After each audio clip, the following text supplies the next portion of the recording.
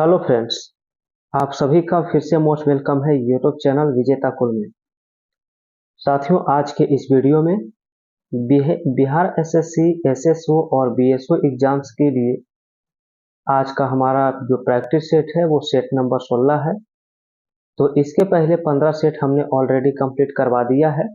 Playlist बना हुआ है, इसलिए चैनल पर जो भी नए हैं आप लोग जाके प्लेलिस्ट में देख सकते हैं। तो सीधा आज का वीडियो शुरू करते हैं। आप लोग अपना आंसर जरूर बताइए। टोटल 75 जीके जीएस हम क्वेश्चन इसमें डिस्कस कर रहे हैं। जीके जीएस का टोटल सवाल अभी आपका हो रहा है, तो आप लोग जरूर बताइएगा कि आज के इस सेट में आपसे कितना सही हुआ है। तो क्वेश्चन दिया गया जीके का, भारत के राष्ट्रपति को महाभियोग के द्वारा हटाने की प्रक्रिया निम्न में से किस अनुच्छेद में वर्णित है। तो राष्ट्रपति के ऊपर जो महाभियोग चलाया जाता है वो आर्टिकल 61 के तहत चलाया जाता है, अनुच्छेद 61 के तहत चलाया जाता है। महाभियोग जो लिया गया है ये अमेरिका के संविधान से लिया गया है, यूएसए के संविधान से लिया गया है। चलिए आगे बढ़ते हैं और अगला सवाल नेक्स्ट है, लोकसभा को उसके कार्यकाल की समाप्ति के पूर्व ही भंग किया जा सकता है। तो लोकसभा को भंग किया जा सकता है राष्ट्रपति के द्वारा मंत्रिपरिषद की सलाह पर। ठीक है, वैसे तो लोकसभा का कार्यकाल जनरली 5 इयर्स का होता है, लेकिन 5 साल के पहले भी राष्ट्रपति के द्वारा भंग किया जा सकता है। नेक्स्ट क्वेश्चन 14 दिया है, तो लिखा हुआ है कि प्राक्कलन समिति के सदस्यों का कार्यकाल कितने वर्षों का होता है। तो 14 का राइट आंसर याद रखिए 1 वर्ष का होता है प्राक्कलन समिति के सदस्यों का कार्यकाल। क्वेश्चन 15 में है कि निम्न में से किस राज्य से लोकसभा के 2 सदस्य निर्वाचित किए जाते हैं। तो 15 का राइट आंसर ऑप्शन ए होता है, त्रिपुरा से। यहां पर राइट आंसर ऑप्शन ए हो जाता है। अगला क्वेश्चन 16 है, लिखा है भारत के संविधान के निम्नलिखित अनुच्छेद में से कौन सा अनुच्छेद राज्य की सरकारी ग्राम पंचायतों को संगठित करने का निर्देश देता है। तो ग्राम पंचायत का ये क्वेश्चन तो कई बार आ चुका है। आर्टिकल 40 के तहत जो है, आर्टिकल 40 के तहत ग्राम पंचायतों का गठन किया गया है। नेक्स्ट है, संविधान में किस न्यायालय में तदर्थ न्यायाधीश की नियुक्ति का प्रावधान है। तो 17 का राइट आंसर याद रखिए ऑप्शन ए होता है, भारत का सर्वोच्च न्यायालय। क्वेश्चन नंबर 18, नवयुवक द्वारा 18 वर्ष की आयु पर मताधिकार का पहली प्रयोग किया गया किस आम चुनाव में। तो जो वयस्क मताधिकार 18 वर्ष है, तो इसका किस आम चुनाव में पहली बार प्रयोग किया गया था। तो याद रखिए 1989 के आम चुनाव में। नेक्स्ट लिखा है, लोकसभा अध्यक्ष अपने कास्टिक वोट का प्रयोग केवल करते हैं। तो लोकसभा अध्यक्ष जो होता है कास्टिक वोट जब करता है जब वोट बराबर बराबर होने के नाते टाई हो जाता है तब करता है। ठीक है, अगला सवाल है 20, लिखा एंडीज पर्वतमाला की सर्वोच्च चोटी निम्न में से कौन सी है। तो एंडीज पर्वतमाला की सर्वोच्च चोटी का नाम एकांकागुआ है, ऑप्शन ए हो जाएगा। नेक्स्ट क्वेश्चन 23 में है, लिखा जोजिला दर्रा निम्न में से किसको किसको जोड़ता है।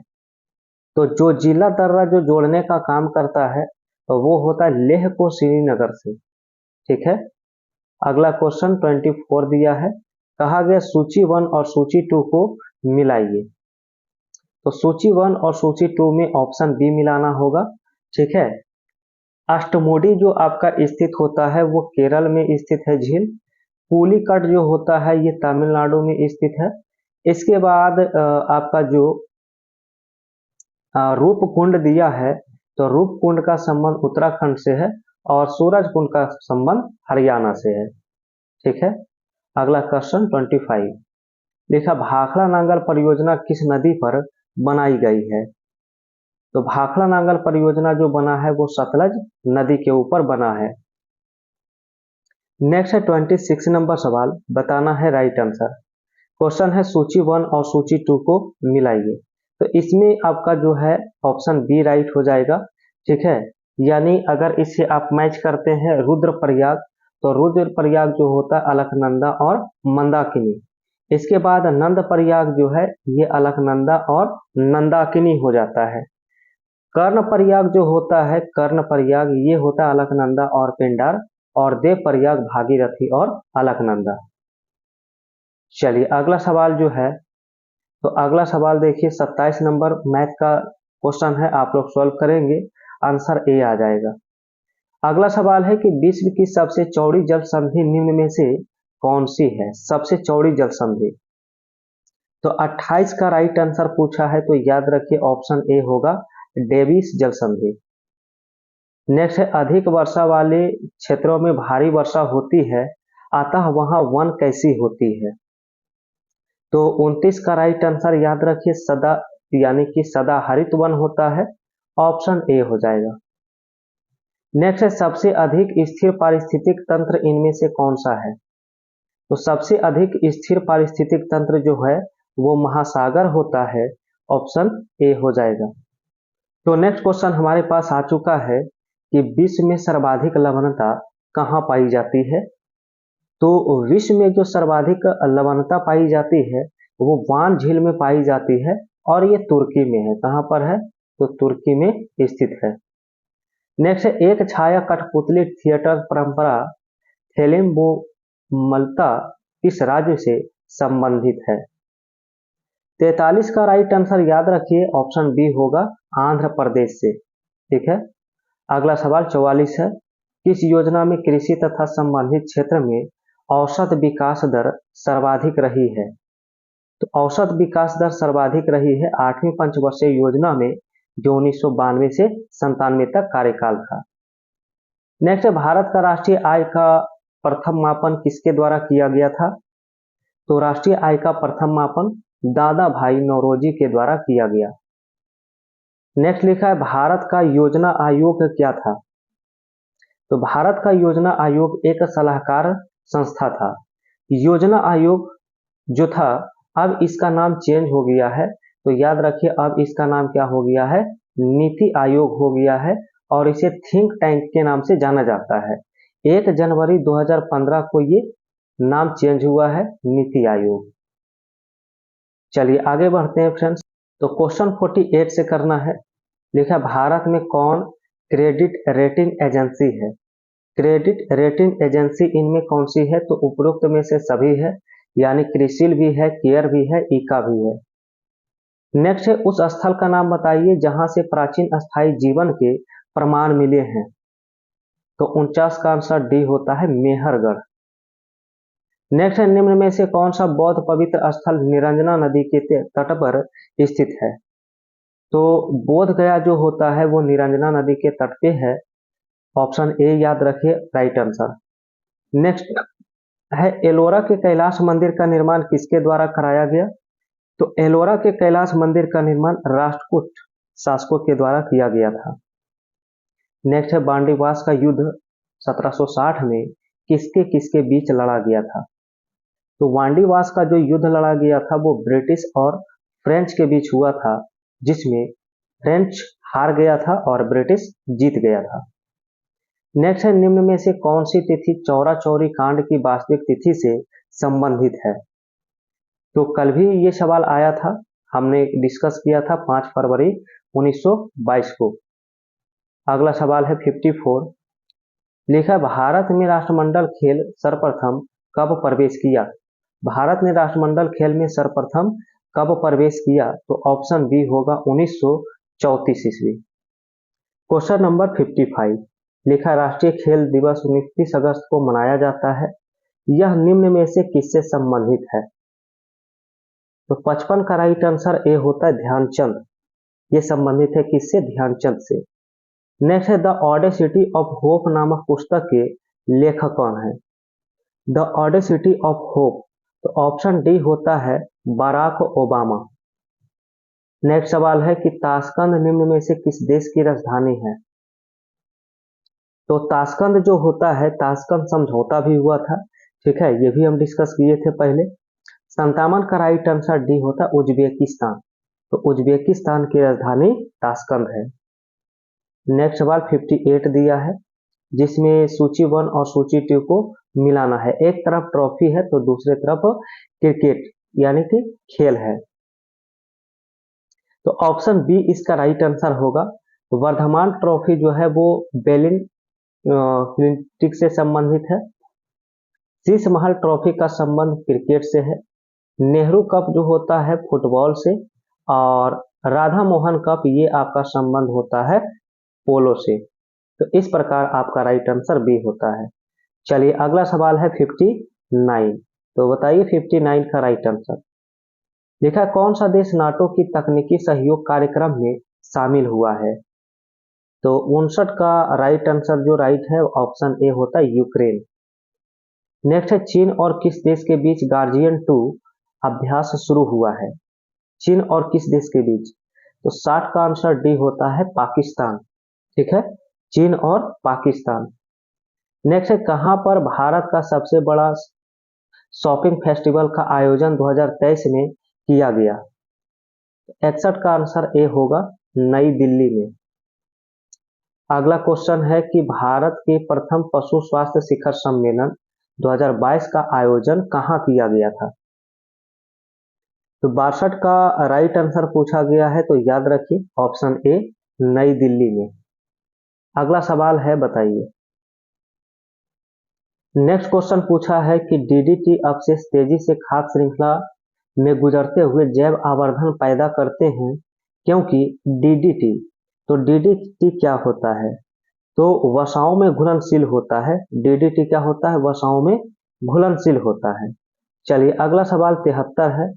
तो 73 को अगर आप सॉल्व करते हैं तो इसका राइट आंसर ए आ जाएगा 5/9। नेक्स्ट लिखा है ऑक्सीजन अणु जो होता है वो क्या दर्शाता है। ऑक्सीजन अणु, तो ऑक्सीजन अणु दर्शाता है अणुचुंबकत्व को। अगला सवाल 75 दिया है। लिखा हजामती दर्पण या सेविंग मिरर क्या होता है। तो हजामती दर्पण जो है अवतल दर्पण को कहा जाता है क्योंकि इसमें प्रतिबिंब क्या होता है, बड़ा बनता है। अगला सवाल 76 लिखा है आवर्त समूह में तत्वों को क्या कहा गया है। आवर्त समूह 2A के तत्व को क्या कहा गया है। तो इसे अल्काइल अर्थ मेटल कहा गया है। इसे क्षारीय मृदा धातु कहा गया है। बी ऑप्शन हो जाएगा इसका राइट आंसर। चलिए अगला सवाल 77 दिया है। पदार्थ की प्रकृति से संबंधित मूलभूत सिद्धांत किसने प्रतिपादित किया था। आंसर इसका होता है जॉन डाल्टन। नेक्स्ट है ग्लिसरॉल क्या होता है। ग्लिसरॉल, तो ग्लिसरॉल के बारे में पूछा है तो याद रखिए ये होता है ट्राईहाइड्रिक एल्कोहल होता है। Trihydric alcohol. नेक्स्ट है 79। लिफ्ट में एक व्यक्ति का भार तब अधिक हो जाता है जब लिफ्ट, तो ऑप्शन सी होगा जब लिफ्ट ऊपर की ओर समान त्वरण से गमन करे। अगला लिखा है हाइड्रोजन और हीलियम को किसमें रखा गया है। हाइड्रोजन और हीलियम को, तो 80 का आंसर डी होता है पहले आवर्त में। नेक्स्ट क्वेश्चन 85 लिखा वह आनुवांशिक विकार कौन है जिसमें एक व्यक्ति में मुख्यतः पुरुष विकास होता है और मादा लक्षण होते हैं और बांझ होता है। तो 85 का राइट आंसर ऑप्शन बी होता है क्लाइनफेल्टर सिंड्रोम में। क्लाइनफेल्टर सिंड्रोम होता है। नेक्स्ट है शेविंग क्रीम की मृदुता को निम्न में से किस एक के द्वारा संवर्धित किया जाता है। किस एक के द्वारा संवर्धित किया जाता है, तो आंसर होता है पोटेशियम कार्बोनेट। चलिए अगला सवाल। तो नेक्स्ट क्वेश्चन दिया है कि सोडियम के सबसे स्थायी समस्थानिक सोडियम 1123 और 1124 निम्न में से किस रेडियो एक्टिव परिक्रम के द्वारा विघटित होता है, ये बताइए। 87 का राइट आंसर ऑप्शन ए होता है बीटा किरण के द्वारा विघटित किया जाता है, तो बीटा किरण इसका आंसर होगा। नेक्स्ट क्वेश्चन दिया है कि भारत का पहला राष्ट्रीय डॉल्फिन अनुसंधान केंद्र कहाँ स्थापित किया गया है। तो डॉल्फिन अनुसंधान केंद्र जो सबसे पहले स्थापित किया गया है वो बिहार में स्थापित हुआ है, तो बिहार इसका क्या होगा, राइट आंसर होगा। नेक्स्ट क्वेश्चन 18 है। लिखा है नीलगिरी संरक्षित जैविक क्षेत्र का विस्तार किन राज्यों में है। 18 का राइट आंसर ऑप्शन सी होगा, तमिलनाडु, केरल और कर्नाटक। नेक्स्ट लिखा है, निम्न में से किसने कहा था कि रॉलेट एक्ट एक निवारक हत्या है? रॉलेट एक्ट एक निवारक हत्या है, यह कथन किसका है? तो ये एडविन सैमुअल मॉन्टेग्यू का है। ठीक है, मॉन्टेग्यू का, ऑप्शन सी होगा। अगला सवाल है, बताइएगा। 20 नंबर सवाल है, अप्रैल 2025 में वैश्विक क्रेडिट रेटिंग एजेंसी मूडीज के अनुसार वर्ष 2025-26 में भारत का जीडीपी कितना रहने का अनुमान लगाया है? तो 20 का ऑप्शन जो है बी राइट आंसर होगा, 6.5%। ठीक है, अगला सवाल। नेक्स्ट क्वेश्चन लिखा है कि निम्न में से कौन सी ग्लोब पर मौजूद सबसे लंबी अक्षांश रेखा होती है? तो सबसे लंबी अक्षांश रेखा इसमें भूमध्य रेखा कहलाता है। भूमध्य रेखा ऑप्शन बी में है। नेक्स्ट है, भारत के संविधान में पंचायत तथा नगर पालिकाओं के संबंध 73वां और 74वें संविधान संशोधन जब हुए उस समय भारत के प्रधानमंत्री कौन थे? तो उस समय भारत के प्रधानमंत्री पीवी नरसिम्हा राव थे। इसका ऑप्शन सी होगा। अगला क्वेश्चन है, बताइएगा। क्वेश्चन 135 है, लिखा उपास्थि निम्न में से किसमें नहीं पाई जाती है? उपास्थि इनमें से किसमें नहीं पाई जाती है? तो ब्रिक या किडनी में जो होता है उपास्थि नहीं होता है, बाकी नाक, कान और कंठ में पाया जाता है। अगला है 36, धातु का परमाणु जब आयन में परिवर्तित होता है तो क्या होता है? तो आयन में जब परिवर्तित होता है तो यह इलेक्ट्रॉन दान करता है और ऑक्सीकरण होता है। ठीक है, अगला क्वेश्चन 37 है, लिखा यदि मेढक टिड्डे को खा जाए तो ऊर्जा स्थानांतरण किस दिशा में होगा? तो ऊर्जा का स्थानांतरण किस दिशा में होगा? तो ऑप्शन सी उत्तर होगा इसका, प्राथमिक उपभोक्ता से द्वितीयक उपभोक्ता की दिशा में। नेक्स्ट है 38, लिखा दो जीवों के मध्य परस्पर लाभदायक संबंध जो दोनों जीवों के लिए आवश्यक है, इसे क्या कहा जाता है? तो इसे सहजीविता के नाम से जानते हैं। सहजीविता ऑप्शन ए में है। नेक्स्ट है, निम्न में से वह कौन सा हार्मोन है जिसकी अधिकता से एक्रोमिगली नामक विकार उत्पन्न हो जाता है? तो इसका ऑप्शन ए होगा, इसे कहते हैं सोमैटोट्रोपिक हार्मोन। कौन सा हार्मोन है? तो सोमैटोट्रोपिक हार्मोन होता है। नेक्स्ट लिखा है 40, लिखा है रेस्ट्रिक्शंस एंडोन्यूक्लिएज क्या है? तो डीएनए अणु को एक विशिष्ट स्थलों पर काटता है। तो ऑप्शन ए यहां से याद रखिएगा, ऑप्शन ए हो जाएगा राइट आंसर। नेक्स्ट क्वेश्चन 45 आ चुका है, लिखा है पारजीनी पौधे वे होते हैं। तो पारजीनी पौधे जो होता है जिन्हें एक कोशिका में विजातीय डीएनए प्रवेश कराकर और उस कोशिका से पौधे बनाकर पैदा किया जाता है। नेक्स्ट लिखा 46 में, अभिसारी लेंस की फोकस दूरी बैंगनी, हरा एवं लाल रंगों के लिए ज्ञात किया जाता है। यदि ये क्रमशः दिया है तो निम्न में से कौन सा इसमें सही होगा? तो 46 का ऑप्शन सी सही होगा, F be less than F R. Next लिखा है 47, यदि एक वर्णांध महिला किसी सामान्य दृष्टि के पुरुष से विवाह करे तो उनके पुत्र होंगे। तो उनके पुत्र जो होंगे सभी वर्णांध होंगे।